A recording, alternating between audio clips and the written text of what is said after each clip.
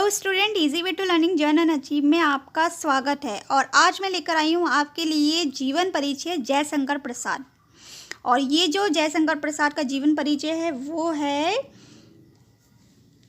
काव्यांजलि का। तो काव्यांजलि का ये जो लेसन है स्टूडेंट, वो सामान्य हिंदी और लिटरेचर हिंदी दोनों का ही सिलेबस है। तो आप जयशंकर प्रसाद का जीवन परिचय भी कर लेना, जो कि मैं बता रही हूँ, आपको इंडिकेशन दे रही हूँ कि किस तरह से आपको जीवन परिचय लिखना है। और जितना मैं आपको बता रही हूँ स्टूडेंट कि आपको इतना ही जीवन परिचय लिखना है, तो यूपी बोर्ड में आपको इतना ही जीवन परिचय लिखना है, क्योंकि ये 5 मार्क्स का आता है और कम से कम 80 शब्द आपको लिखना है। तो 80 शब्द में जितना भी मैं आपको पढ़ाती हूँ वो आ जाता है। तो आप इतना जीवन परिचय जरूर करके आइए, जिसमें आपको सबसे पहले तो जैसे कि सपोज इन्हीं का लेते हैं, जयशंकर प्रसाद का जन्म लिखनी है, मृत्यु लिखनी है, ये साहित्यिक अनुभव लिखना है उनका, उनकी घर की परिस्थितियों के बारे में लिखना है। उसके बाद सेकंड जो स्टेप आएगा वो लिखना है आपको जयशंकर प्रसाद की रचनाएं। तो इस तरह से हमें एक जीवन परिचय को करना है। तो आइए, क्लास को स्टार्ट करने से पहले स्टूडेंट मेरी वीडियो को ज़्यादा से ज़्यादा शेयर कर दीजिए ताकि और भी स्टूडेंट बेनिफिट ले सके हमारी इस क्लास का। तो आइए क्लास को स्टार्ट कर लेते हैं और देख लेते हैं जयशंकर प्रसाद का कहाँ जन्म हुआ था और उनकी कौन कौन सी साहित्यिक उपलब्धियां हैं, यानी कि कौन कौन सी कविता लिखी हैं उन्होंने।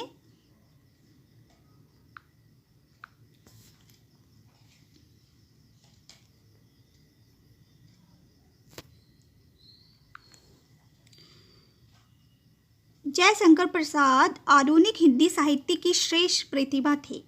द्विवेदी युग की स्थूल और इतिवृत्तात्मक कविता धारा को सूक्ष्म भाव, सौंदर्य, रमणीयता, माधुर्य से परिपूर्ण कर प्रसाद जी ने नव युग का सूत्रपात किया। तो जो जयशंकर प्रसाद थे वो आधुनिक हिंदी साहित्य के श्रेष्ठ प्रतिभाकार थे। और द्विवेदी युग की जो कविताएं थी, उस कविताओं में उन्होंने भाव, सौंदर्य दिया, रमणीयता दी, सुंदरता दी, माधुर्यता दी। तो इस तरह की जो विशेषताएं हैं उन्होंने द्विवेदी युग की कविताओं को दी, और इसी से ही उन्होंने नवीन युग का आरंभ किया। और ये जो कहलाते थे वे छायावाद के प्रवर्तक, उन्नायक, प्रतिनिधि कवि होने के साथ ही नाटककार और कहानीकार भी थे। यानी कि ये कहलाते थे छायावाद के प्रवर्तक और उन्नायक थे, और साथ ही साथ ये इनके साथ होने के साथ वो नाटककार भी थे और कहानीकार भी रहे हैं। अब इनका जन्म हुआ था 30 जनवरी 1889 ईस्वी में। और कहाँ हुआ था? काशी के सुंगनी साहू नामक प्रसिद्ध वैश्य परिवार में हुआ था। और छोटी अवस्था में ही पिता और बड़े भाई के देहांत हो जाने के कारण इनका शीघ्र ही शिक्षा क्रम टूट गया। इनके पिता और भाई की मृत्यु हो गई, और मृत्यु होने के बाद इनके ऊपर ही सारा भार आ गया अपने परिवार की गतिविधियों को देखने के लिए। तो इनकी जो शिक्षा थी वो वहीं पर ही छूट गई। उसके बाद गृह व्यापार को संभालते हुए उन्होंने स्व अध्याय किया। तो स्व अध्याय में उन्होंने किन किन विषयों पर अध्ययन किया ये देख लेते हैं हम स्टूडेंट। स्व अध्ययन करते हुए उन्होंने हिंदी, अंग्रेजी, संस्कृत, उर्दू, फारसी का आदि विषयों का गहन अध्ययन किया। परिवारजनों की मृत्यु, अर्थ संकट, पत्नी वियोग आदि संघर्षों को अत्यंत जीवन से यानी कि झेलता हुआ ये अलौकिक प्रतिभा संपन्न युग श्रेष्ठ साहित्यकार हिंदी के मंदिर में अपनी रचनाओं की सुमन अर्पित करता रहा। यानी कि इनकी जो पारिवारिक स्थिति थी स्टूडेंट, वो परिवार की स्थिति की मृत्यु हो गई भाई की और पिता की, फिर उसके बाद आर्थिक संकट यानी कि पैसों की भी आर्थिक तंगी रही, पत्नी वियोग, और इनकी जो शादी हुई और शादी के बाद इनकी पत्नी ने इन्हें छोड़ दिया। तो ये संघर्षों को, जीवन को झेलते हुए उन्होंने अपनी जो उपलब्धियां थी, जो उनके अंदर क्रिएटिविटी थी, उन्होंने उस रचनाओं से, अपनी रचनाओं में उन्होंने सुमन यानी कि पुष्प अर्पित करते रहे ये। और फिर उसके बाद 14 जनवरी 1937 यानी कि 1937 ईस्वी में इनका रोग जर्जर शरीर निष्प्राण होकर हिंदी साहित्य के एक अध्याय का पटाक्षेप कर गया। 14 जनवरी 1937 में इनकी मृत्यु हो गई और इन्हें जो है निष्प्राण की जो बीमारी हुई थी, जिनमें इनके प्राण त्याग दिए और अध्याय का एक पर्दा डाल दिया गया। यानी कि अब अध्याय उनका जो उन्होंने हिंदी साहित्य का अध्याय स्टार्ट किया था, उस अध्ययन को अब वो आगे नहीं कर पाए। तो इस तरह से वे ये सारी परिस्थितियों को झेलते हुए जयशंकर प्रसाद ने हिंदी साहित्य को एक आधुनिक साहित्य का नवयुग का सूत्रपात किया और भी अपनी जितनी भी कविताएं और रचनाएं लिखी, उन रचनाओं के बारे में आगे उल्लेख किया गया है, तो मैं आपको पढ़ा दे रही हूँ स्टूडेंट।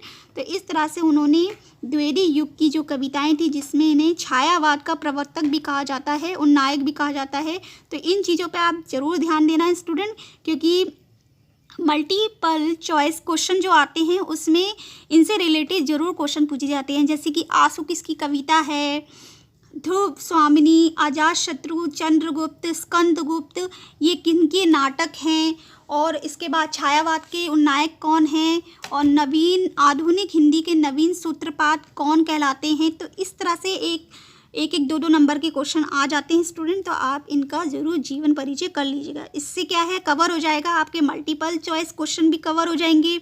श्रद्धा मनु लेसन है इनका, तो वो भी आपका कवर हो जाएगा। तो इस लेसन को ज़रूर आप करके जाइएगा। तो आइए अब हम इनकी रचनाओं को देख लेते हैं। चित्राधार, कानन कुसुम, झरना, लहर, प्रेम पथिक, आंसू, कामायनी आदि प्रसाद जी की प्रमुख काव्य कृतियाँ हैं। यानी कि रचनाएं कौन कौन सी इनकी, चित्राधार, कानन कुसुम, लहर, झरना, प्रेम पथिक, आंसू, कामायनी, जो कि इम्पॉर्टेंट है, ये इनकी काव्य कृतियाँ मीन्स होता है रचनाएं हैं। उसके बाद कामायनी हिंदी काव्य का गौरव ग्रंथ है। तो कामायनी क्या है, ग्रंथ है। और राज्यश्री, विशाख, जन्मेजय का नागयज्ञ, अजातशत्रु, चंद्रगुप्त, स्कंदगुप्त, ध्रुव स्वामिनी आदि उनके उत्कृष्ट नाटक है। तो ये सारे नाटक हैं। और कौन कौन से नाटक है, राज्यश्री, विशाख, जन्मेजय का नागयज्ञ, अजातशत्रु, चंद्रगुप्त, स्कंदगुप्त, ध्रुव स्वामिनी आदि इनके नाटक है। और इन्होंने इसके साथ साथ अनेक कहानी संग्रह, कई उपन्यास लिखे और निबंधों की रचना करके प्रसाद जी ने अपनी सर्वोत्तम प्रतिभा का प्रसाद हिंदी को प्रदान किया। यानी कि सर्वोत्तम कविताओं के साथ साथ उन्होंने उपन्यास, कहानी संग्रह, निबंध ये सब लिखे, जिससे उन्होंने सर्वोत्तम जो फल की प्राप्ति की हिंदी को, यानी कि दिया। और इसके साथ मैं आपको ये भी बता देती हूँ स्टूडेंट कि उपन्यास इनके कौन कौन से थे। तो उपन्यास इनके 2 उपन्यास थे, एक था तितली और दूसरा था कंकाल। तो इनके ये 2 उपन्यास थे। अगर आ जाते हैं तो आप ध्यान रखिएगा स्टूडेंट कि इनके 2 उपन्यास थे, तितली और कंकाल। तो इस तरह से आपको है जीवन परिचय लिखना जयशंकर प्रसाद का। इसके बाद थोड़ा सा इनके साहित्यिक उपलब्धियाँ, यानी कि इनके बारे में साहित्य में स्थान लिखा जाता है। तो आप इस तरह से 4 लाइनें और लिख सकते हैं। जैसा कि मैं आपको बता दे रही हूँ कि जो प्रसाद जी का दृष्टिकोण था विशुद्ध मानवीय रहा, अच्छा दृष्टिकोण रहा, आध्यात्मिक आनंदवाद की प्रतिष्ठा है। ये जीवन की चिरतन समस्याओं का कोई चिरतन मानवीय समाधान खोजना चाहते थे। यानी कि जो जीवन में चिरकाल से चली आ रही समस्याएं होती हैं, उनका वो माननीय समाधान खोजना चाहते थे। इच्छा, ज्ञान, क्रिया का सामंजस्य ही उच्च मानवता है। इच्छा और ज्ञान और क्रिया के समन्वय से ही उच्च मानवता की उपलब्धि होती है, और उसी की प्रतिष्ठा प्रसाद जी ने की। प्रवृत्ति और निवृत्ति का ये समन्वय ही भारतीय संस्कृति की अनुपम देन है। और कामायनी के माध्यम से यही संदेश प्रसाद जी ने संपूर्ण मानवता को दिया। तो कामायनी जो इनका ग्रंथ है, उसमें उन्होंने प्रवृत्ति और निवृत्ति का समन्वय किया और भारतीय संस्कृति को एक अनुपम देन दी।